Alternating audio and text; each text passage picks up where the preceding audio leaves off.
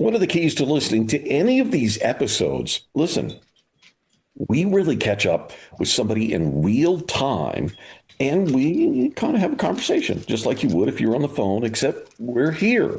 Okay. We're going to talk about the radio career. We're going to talk about the business of radio. We're going to talk about other business.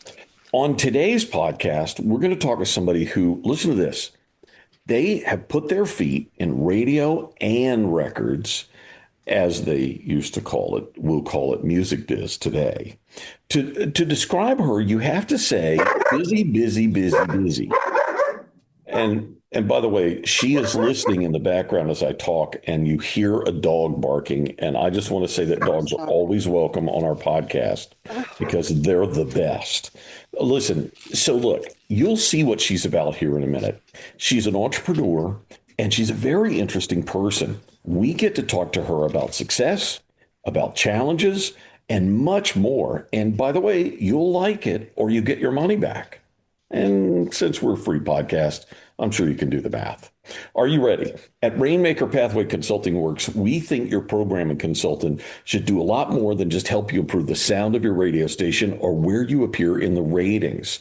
We know that we're different than other consulting practices. We know this because we help our local clients with brand growth, which means what's happening on the programming side, and revenue growth, which means what's happening in the sales department. We are looking for clients who seek to transform their revenue, not just color by numbers, programming advice. Revenue and value is our passion. Drop me an email if you want to know more about this, FORD@rainmakerpathway.com. To enjoy our podcast, you only have to be interested in others, be open to encouragement, advice, connections, tools to get ahead, ways to make your radio career more profitable and successful. We are about to talk to... Well, hello, Mary Dew here, checking in from Northern Michigan. And of course, you're on the rock station, KLT, right? Yes, I am. I am part of the Omelet and Finster morning show crew. We're on Monday through Friday, 5:30 to 10. And you can listen from anywhere at WKLT.com. Look at that. Thank you to Joe Kelly for producing the Encouragers, the Radio Rally podcast. Thanks to sonicattention.com for creating our audio footprint and distributing our podcast. Let's turn to our guest. Mary, welcome to the Encouragers, the Radio Rally podcast. How are you? Loyd, thank you so much. I am doing great. I am coming off a wild day of snowmobiling yesterday in sub-zero temperatures here in Northern Michigan as part of our KLT snowmobile poker run. It was our inaugural event, and it was great. So it's been a good weekend so far, and I'm so glad to join you. See, she said all that, but she didn't say it was 16 hours. So I don't know if she starts snoring in the middle of this, we'll all have to understand. Listen, the first thing we do is what we call get to know you. So I hope you're ready.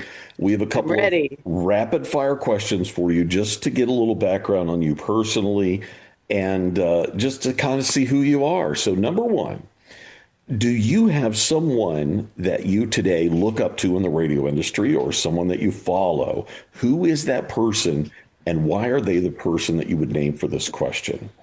Oh, yes. Okay. That's a good one.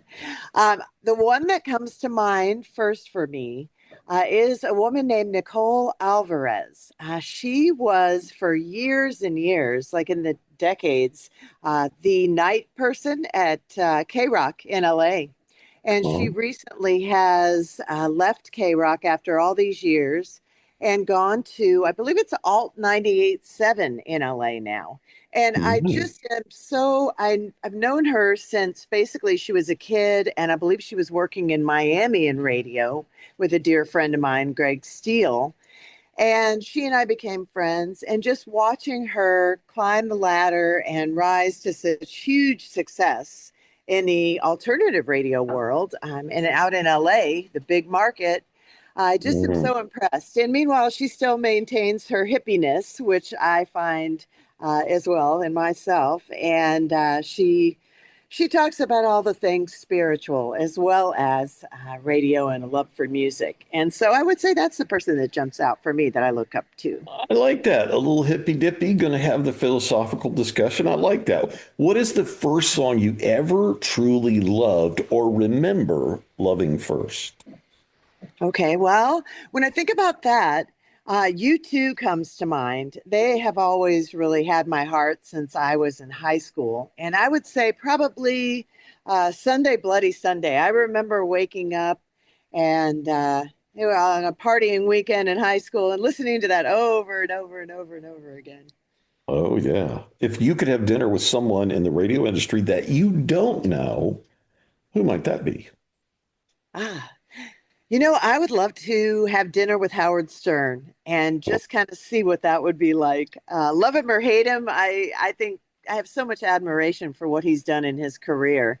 And I think that would be a super interesting person to have dinner with. I kind of feel like that would be fun. So, look, we're going to open things up. We're going to have a little fun with you. We like to start by talking about before radio. Is there a story you can tell us about you before you worked in radio? Maybe an impression that radio may have made on you as a listener. Yeah, well, it's interesting. I came up with a dad in radio. And so from when I was very young, when he was young out of high school, my dad was Johnny Corvette on the radio in Detroit. And he worked at W4, he worked at WXYZ back in the day. That was a long time ago. He got to see a lot of the Motown when Yeah. it was first coming up in Detroit area. And so my first experience with my dad in radio was when we moved to Texas. It was in the early 70s, and he started KZEW, like DEW, my last name, Hmm. his last name. And it was original freeform rock radio, AOR. It was an elephant with the big ears as the logo, and it said, Rot Your Mind, KZEW. And I just remember he had a DJ named Ira Lipson, and he had a whole crew of a bunch of hippie DJs. That was the one that kind of jumped out from that era. But it was so interesting because they would come over and play their guitars in our living room, a bunch of hippies jamming in the living room. And we would always be listening to the radio station. And I've just grown up with that, where I'm a really long time and long periods of time listeners. I'll put a radio station on and listen all day sometimes. Ooh, people love to hear that on this podcast. Now, listen, Yes. you had me at Johnny Corvette, by the way. Where were you born, and what did your parents do for work? I feel like you gamed us a little bit on that already, but I know you got more than one parent. Right, right. Well, it's interesting too, because I was actually born in California. I was born in San Jose, California. Both my parents are from the Detroit area, but my dad, he had been in radio as a DJ, and then he wanted to move up to management, but they told him he needed sales experience. And at the time, he couldn't really find anything in Detroit. He took a job selling jewelry in Northern California in the San Francisco Bay Area in the Really? late 60s. Yes, yes. And he worked for a company called Orange Blossom Jewelry just for a couple years. And they were out there for a couple of years right after he and my mom got married. And she was at the time, she had gone to college and she had become a teacher. But when she was pregnant with me, she became a stay at home mom. Mm. And so they moved out to the West Coast for a stint. I was only there till I was two, but I was born on the West Coast. I'm a native Californian. Hey, man, it counts. All right, so your sister was in radio for a minute too. Can you tell us about that?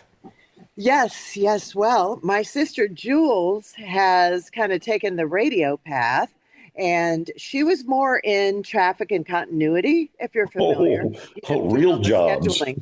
Right, right. Yeah. And she's amazing at it. And she did that at KVIL in Dallas for a while when we lived together there in the late 90s. And then she went to Specs Howard School of Broadcasting in Yeah. Detroit. Yeah. She worked at WKLT up here in northern Michigan for a little while, and then she ended up doing traffic at Midwestern Broadcasting. That's the company that I now work for, Hmm. and met and married the boss man. And so Oh, Chris Warren, who is the general manager of Midwestern Broadcasting, is her husband now, and she still fills in when somebody's out at work, and she'll jump in on traffic or on billing. But other than that, she's more stay at home now. all right. So Mary has the ear of the boss. Got it. All right. Now, listen.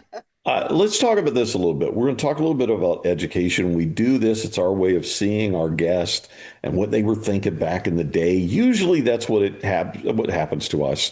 You went to, listen to this, University of North Texas, Southern Methodist University. Before that, you went to UT. For those Yes. that think I mean Tennessee, just going to say hook 'em horns so that you know where we are. You Austin, Texas. yeah, you studied radio and TV. What was your college experience like? What did you learn then that you still use today?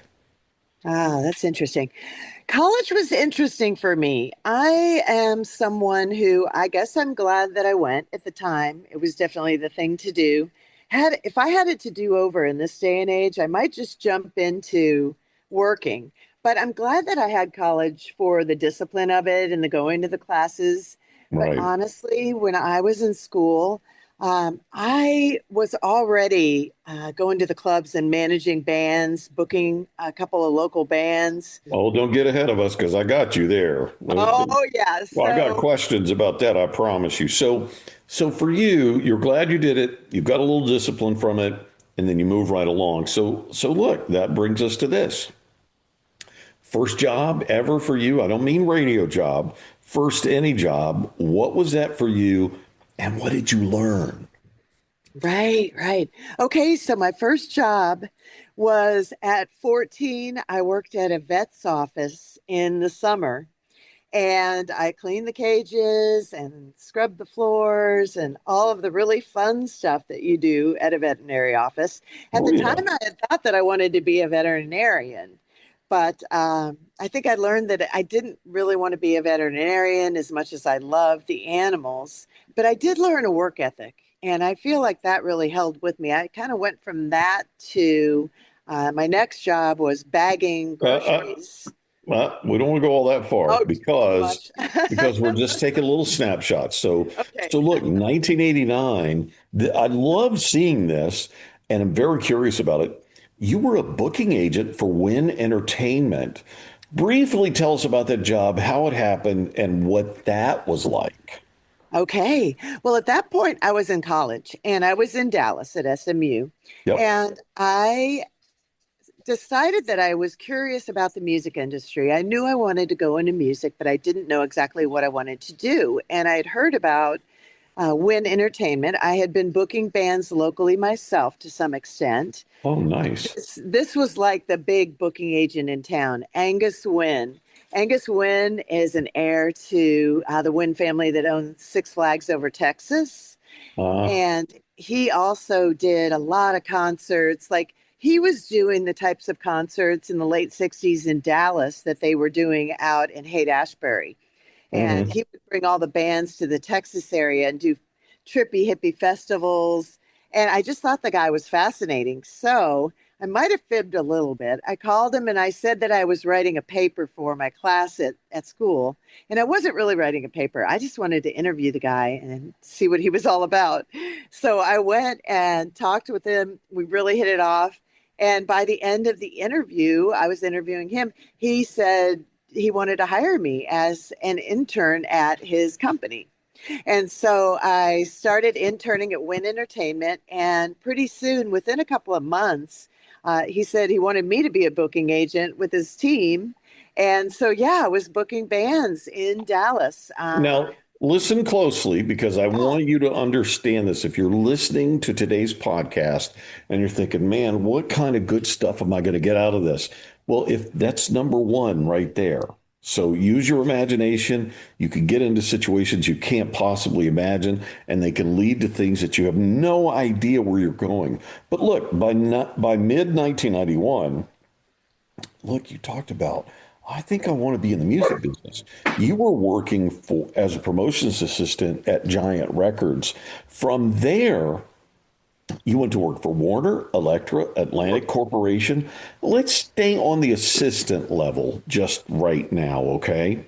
yes. Tell us about those kinds of jobs back then in the music business. What kind of things were you doing, learning your way? Absolutely. That was a really great time because you had the branches. I don't know, I guess you probably, Lloyd, remember the branches when Do. you had the Warner Electra Atlantic, the WEA branch, you had the Hmm. Sony branch, you had SEMA, which was capital EMI, and you had all the different branches. And they were all around the country in the bigger cities. And Dallas was a branch city where I was living that had all Yes. the different labels right there. And it was a great opportunity for me starting when I was still at the end of my college. I Hmm. was able to work as an assistant to the Giant Records rep. And this was the radio promotion rep, Mark Niederhauser. And Hmm. boy, that guy was detail oriented. It was back in the day when we would do all of our tracking at radio before BDS came out and did all the monitoring for you. But I actually would call the radio stations on his behalf every Tuesday on ad day. I would call all the stations in the market, all the pop stations, all the rock stations. I would write down all the new ads for the week. And then I would check for any artists that we had in rotation. I'd get the rotations. Did it go up? Did it go down? Did it get added? Wait. So this is really good training for you Oh, because yeah. in February 1995, you step into a national regional promotions director with Electra Records. Did did you really want to learn all you could and then make the leap into full promotion?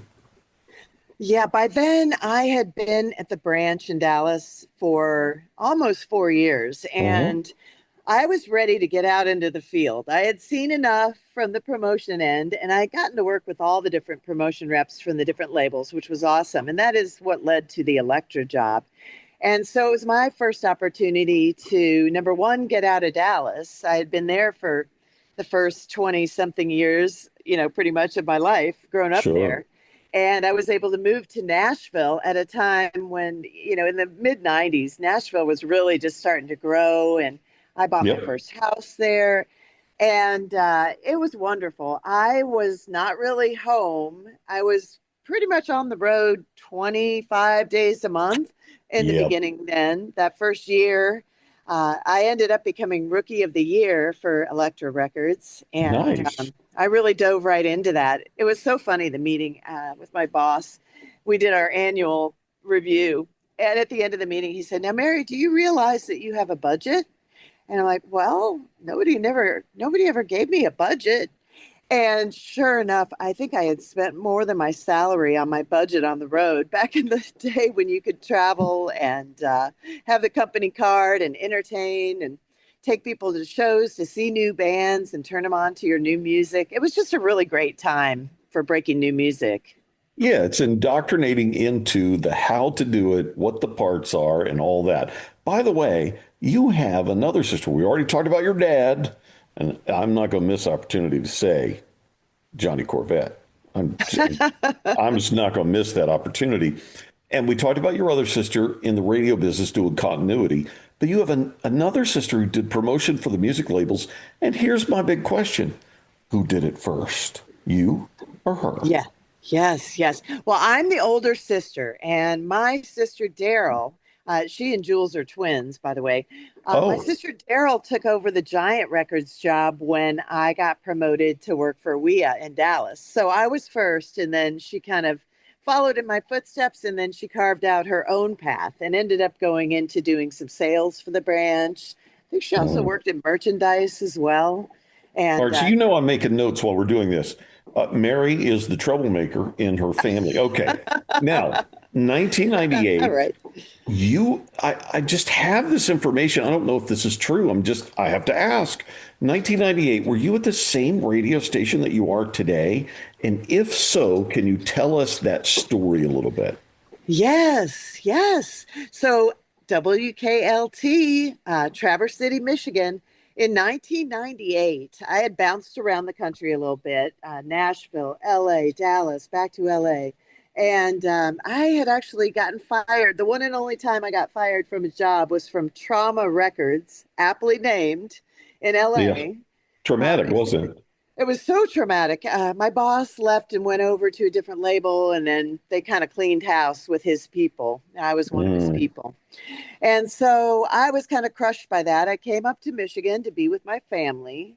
Several of my family members were in this area, and I met Terry Ray, who is still the program director at WKLT, 41 full nice. years and counting. Yes. And she and I hit it off, and the overnight slot was open and I jumped in and I did overnights back in the day when overnights used to be live. And it was such a different time and such an awesome time in radio, though. Doing live overnights, being on from midnight to 6 a.m.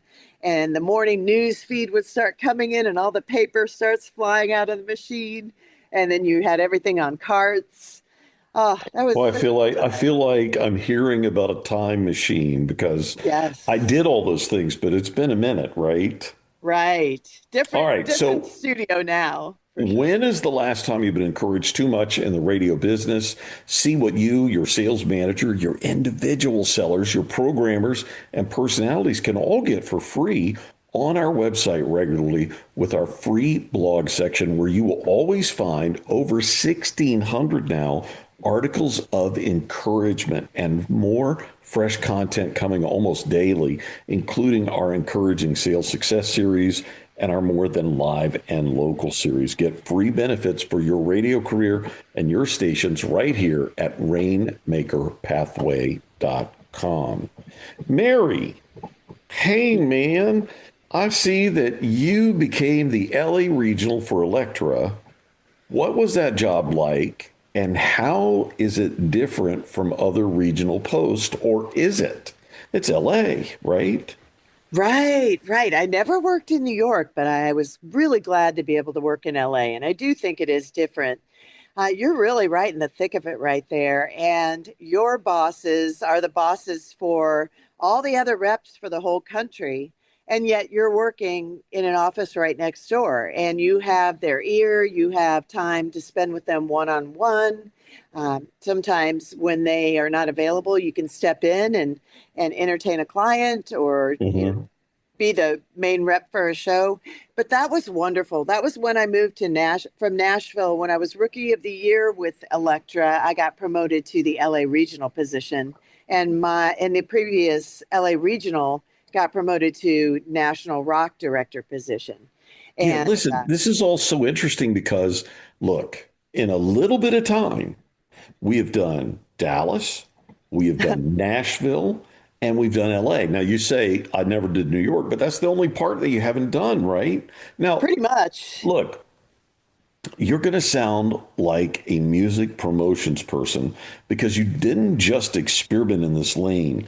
From Electra, you jumped to a variety of promotions job, including, but not limited to, the Enclave. Am I saying that right? yes, that was Tommy Tommy Boy Boy's. Records, Yeah. Trauma Records, and then dum, da, da, da, you went to work for Network 40 magazine.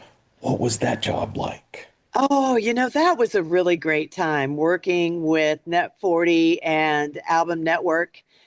I just love those people. Jerry Cagle was our editor in chief, and I kind of came in from radio, but I had also had previous experience in management from when I was younger. And so Yeah.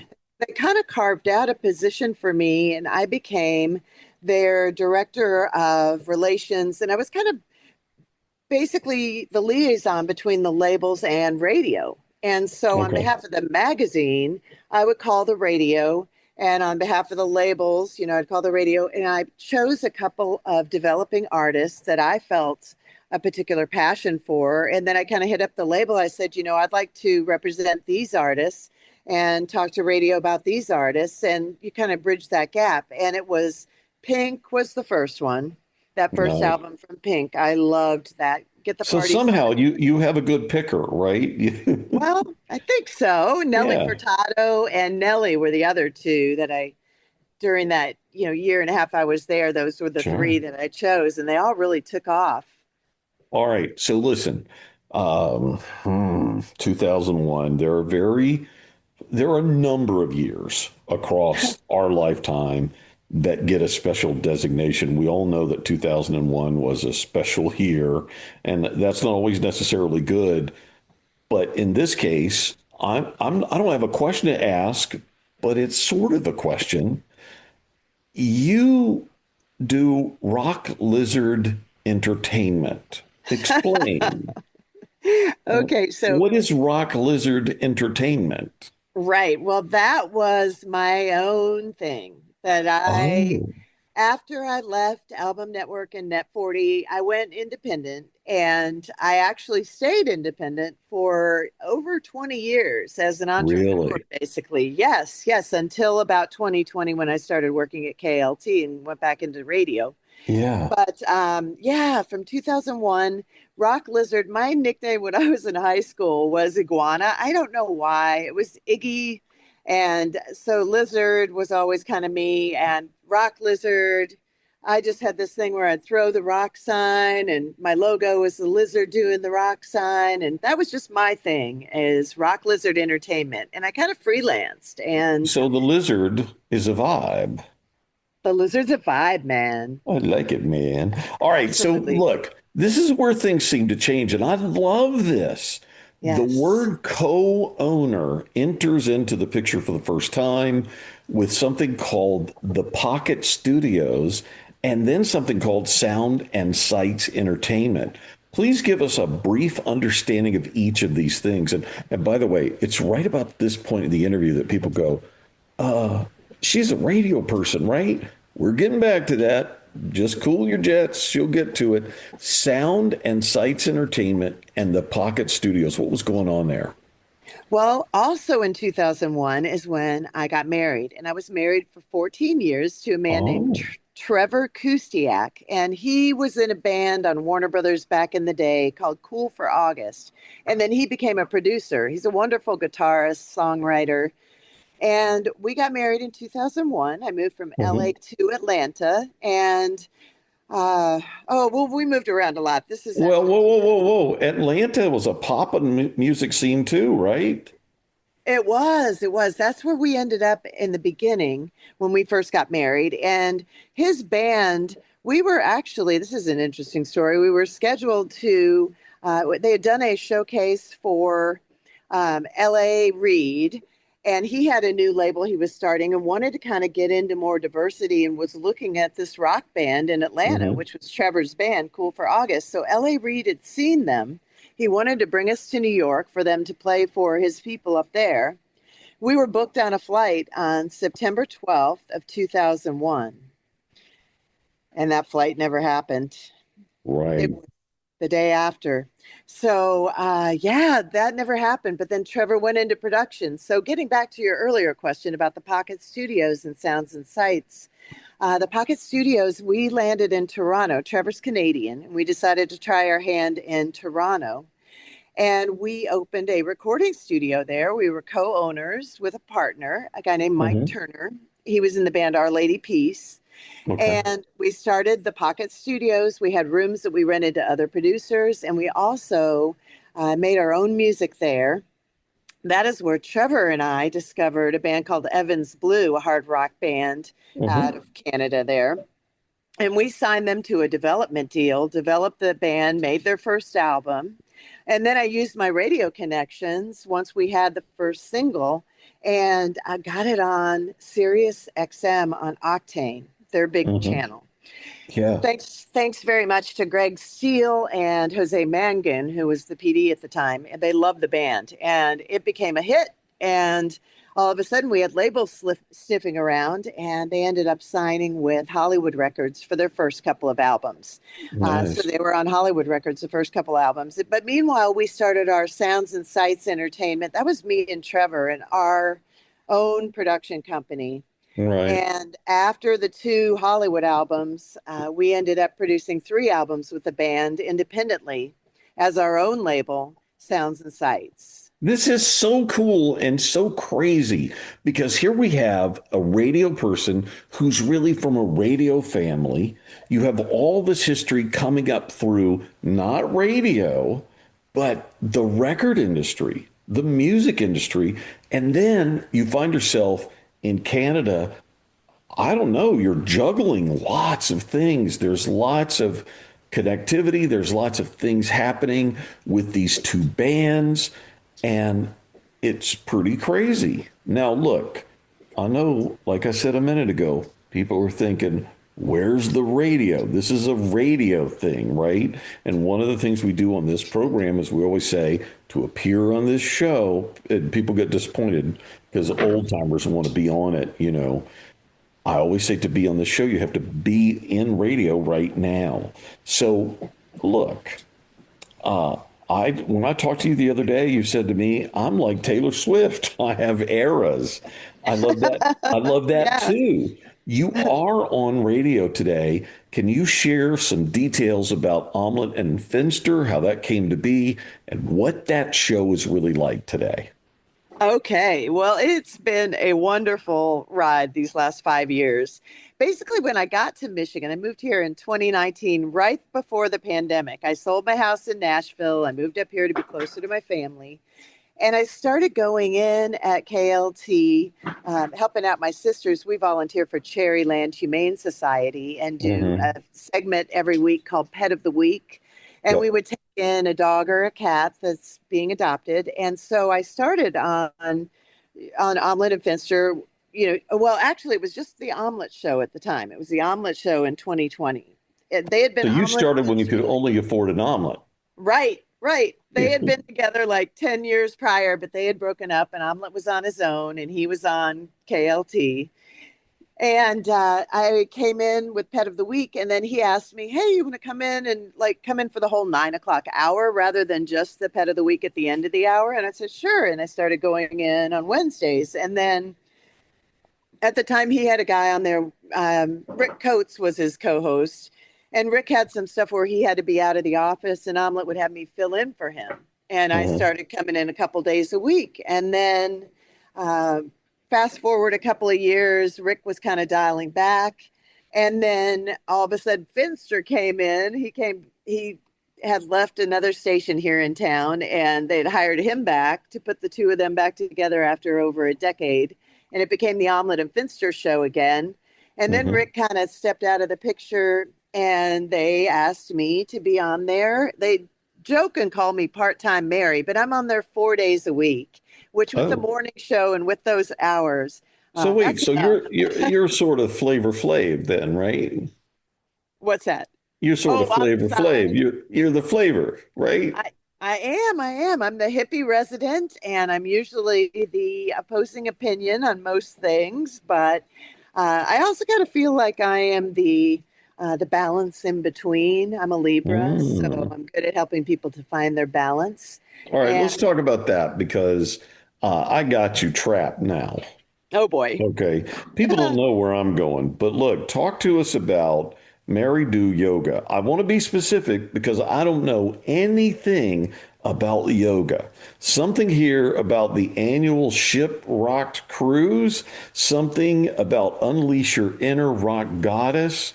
There's a whole list here. Circle facilitator, spirit guide, teacher of yoga, and something called shamanism, Yes. sound healer and mantra artist. Mary, what's going on? I told you I have eras. So this was part of the era when I went down the last 7 years I did in Nashville. When I was going through my divorce and kind of refining myself, I've always had a passion for yoga since the late 90s out in LA. Hmm. And I decided I wanted to take my yoga teacher training. So in 2013, I took my first yoga teacher training when I first got to Nashville. And I was still working with the band at the time, but they were between albums. And I had this opportunity of a window to become a yoga teacher. And the people who book the Shiprocked cruise, which is a Yep. wonderful annual cruise that has a lot of great bands on it, radio people on it, record people on it. I had the opportunity to be the teacher on the Shiprocked cruise. I was doing something called Rock My Yoga, where I was basically doing yoga to rock music and loving it. Oh, And it was a yeah. great workout. But I got to do that. I did 3 years in a row on that cruise, and it was wonderful. And some of the bands would come to do yoga with us. The final year that I did it on there, we were actually up on the top deck, and the view was amazing. We're just over the open ocean Oh, doing yoga sure. with rock music blaring in the background. It was awesome. All right. So And what about all this other stuff? There's so much here. How do you unpack it? yeah, it is a lot. It is a lot. So I've also trained in other types of yoga since then. I've also gone out to New Mexico and I did a 1 year program of study with the Power Path School of Shamanism out of Santa Fe, New Mexico, which is a wonderful program. And Yeah. people come to that from all over the world. There were 30 people in our group from all over the world. You commit to a year, you meet 5 times for about a week at a time. What?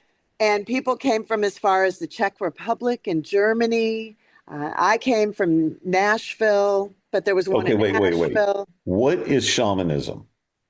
Well, shamanism is basically the shamans are the teachers, the healers, part of the community. It can be an indigenous thing initially, but they study the earth and they work with the rhythms of the earth. They work with the elements. They work with the plants, the trees, the energies, the subtle world of energy that you don't see with your 2 eyes, that you kind of see more with your intuition. Does any of Yeah. that make sense? Yeah, absolutely.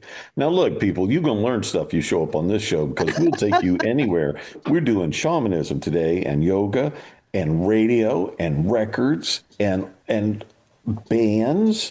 Can you imagine? I just want you to think, if you're listening to this right now, imagine that you have experience in all these different areas of your life and you're on a morning show. That's pretty incredible. Now, Mary, this is my hardest question, okay? Okay. Because nobody knows the answer to this question. I always say, let's talk about the future. If you could choose local radio's future, you could do it. What do you think you'd like local radio to become? I think the most beautiful thing, and the reason I'm just so grateful to be a part of Midwestern broadcasting because it is still local radio, and that is so Yes. rare in this day and age. I think what really makes us special, and the Omelet and Finster show is the #1 morning show in Northern Michigan, and you can listen Imagine from that. anywhere in the world. And it's because we connect with the listeners. It's live, it's local, people call in. We have all different kinds of topics all over the map. You never know what you're going to hear on any given day, kind of like today, Lloyd. So Right. people love to call in and chime in, and we grow together, we learn together. We're very open to getting out into the community, like with the snowmobile run yesterday that we did. That's Bounced incredible, around. right? Oh, it was incredible. It was a -9 temperatures outside, Yeah, sub-zero okay, temps. whoa. I'm a southerner from the South. You just said something offensive. But Negative the, nine? but the people came out. We had probably all in Wow. all about 50 people out for this snowmobile poker run yesterday, all day. And that's what feeds me. I feel like community is so important, especially in the times we live in. I think, Yes. the more we can turn off our screens and turn on the radio or connect face to face and Yep. really have conversations between humans, I just think that's just the best. Yeah, there's something about that connecting with a real human, being vulnerable and just scrapping it out and seeing, oh, what are you into? What are you doing? What happened over here? It's kind of interesting, right? Absolutely. Way better than asking AI for an answer. Yes, AI. Oh my gosh. Marnie, I keep wanting to call you Marnie because your name, people don't know this. If you don't know her, her name is spelled Mari. That's Mary. But I keep wanting to call her Mari or Marnie. Do you get that a lot? I do know I'm Arnie. Well, I get yeah, a bit. It's Mary with an I. It's a little different, but so am I. Hey, listen, being different in 2026 is where it's at. Mary, I Yeah. want to thank you for spending time with us, making this time for us after 16 hours on a snowmobile. That's crazy. And thanks for being our guest. Oh, thank you so much, Lloyd. I've just been really honored, and I'm so glad that you reached out. And I just appreciate the encouragement so much. Keep doing what you're doing. It's wonderful. We are big believers in that here. Please don't take for granted what we're doing here. You can help us by sharing this episode of our podcast directly from our website in the free blog section at rainmakerpathway.com. Just click on free stuff, the blog on the homepage. Look for the tab that says audio. When you click on that, you're going to see Mary's face. Thunk, there it is. This episode of the Encouragers, the Radio Rally podcast, is designed just like the other 260 plus that are already in our archive when you subscribe for free on your smartphone to encourage radio pros at all levels. We want to thank our special guest today, Mary Dew, not Mari, Mary. WKLT, there's the call letters, the Rock Station KLT, Midwestern Broadcasting. She's doing that morning show 4 days a week, and she's doing the yoga, and she's doing Lord knows what else. Thanks again to Joe Kelly for producing our podcast and sonicattention.com for creating our audio footprint and distributing the Encouragers, the Radio Rally podcast. By the way, speaking of AI, we are going to do something that is actually ground shifting on this podcast on November the 5th. We're going to charge two creators with creating some kind of special advertisement each during a live broadcast in which we talk about AI, how to use it, how to bring more creativity to local radio. You don't want to miss that. It'll be right here on this podcast coming up on February 5th. We say this all the time on the podcast, and I say it to clients regularly. Once you have a radio station, you could get anything else you want. If you want to know more about that philosophy, call me 864-448-4169 anytime. It's my passion to tell everyone who will listen why radio can be much larger than most people think in the 21st century.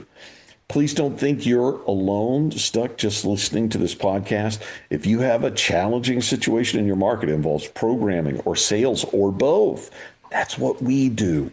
Get a free consultation by calling RPC directly, 864-448-4169, or email me directly. I'll get right back to you, FORD@rainmakerpathway.com. We'll schedule the time to do the most important thing, which is listen. And we help our clients make more money. No one can stop you with great strategy, solid process when you are committed to passionate execution. If you don't remember anything else from our podcast, please remember this: be kinder than you have to be. Thank you for being a part of the Radio Rally with the Encouragers. Now go make it a great week in local radio.